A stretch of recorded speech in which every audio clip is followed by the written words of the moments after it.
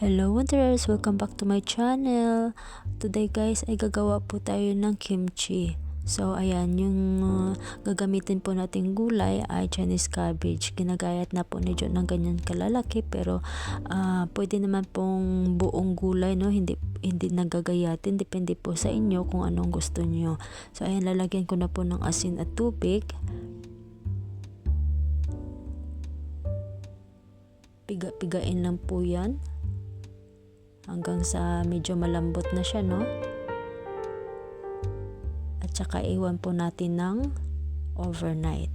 So ayan, naghiwa na po tayo dyan ng radish, ng babalat at saka carrot. So pati mansanas. Ayan, so habang naghihiwa po ako dyan ng mansanas, kay si Jo naghihiwa din doon ng radish at saka carrot, no? Pahaba po yan na maninipis. At saka yung mansanas po ay pwede po yan pear instead of mansanas. Ihiwain lang po ng chunk na ganyan.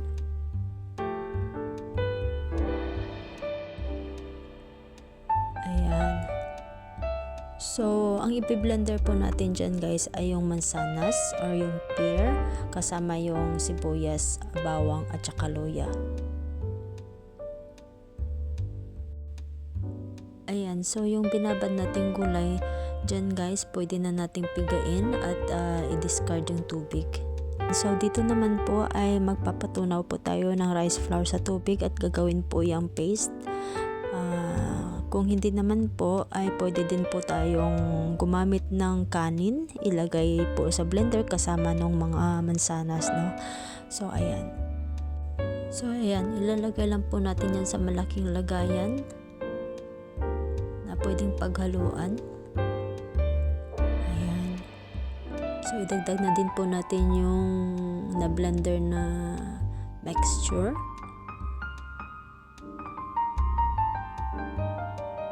At saka yung mga chili powder. So, ginamit po namin dyan guys ay chili powder at chili flakes. So, pwede din po kayong gumamit ng chili paste. Ayan, ilagay na po natin yung shredded na gulay, radish at saka carrot. At saka magdagdag din po tayo ng green onion.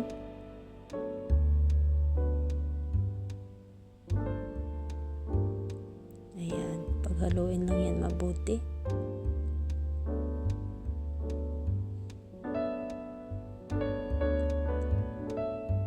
Ayan.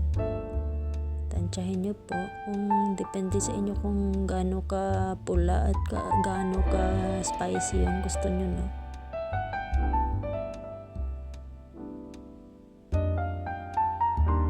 Ayan. So, ayun po ay nilagyan ng asukal na konti.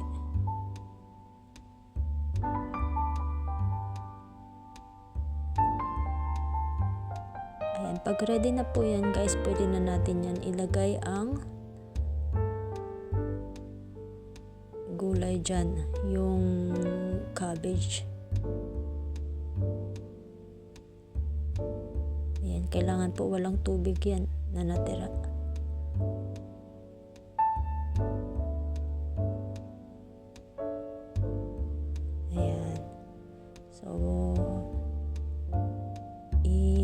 Coat lang po ng maayos.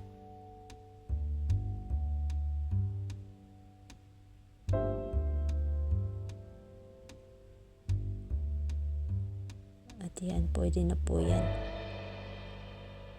i-store. At kahit gaano po yan katagal, until 1 month or so, depende po kung ano, pero hindi naman po yan tatagal ng ganun katagal guys, no? Kasi masarap siya. So ayan, i-store po natin sa fridge po yan.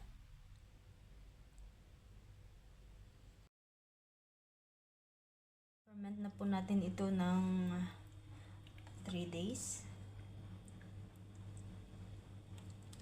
Pwede na pong kainin yan. Actually, pwede naman po ito guys kainin even if kagagawa lang, pero mas masarap po yung fermented. Ayan.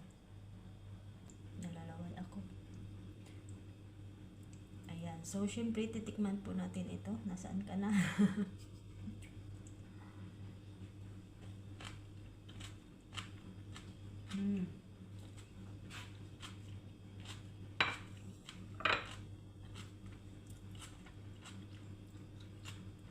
Kailangan ko kanin or something yan. So hanggang dito na lang po guys. Thank you so much sa panunood at sa patuloy na panunood ng aking mga video. If hindi pa po kayo nakasubscribe, please subscribe and like my video. Para po ma-update po kayo sa mga susunod ko po ng video at marami pa po akong isi-share. Thank you so much. Bye!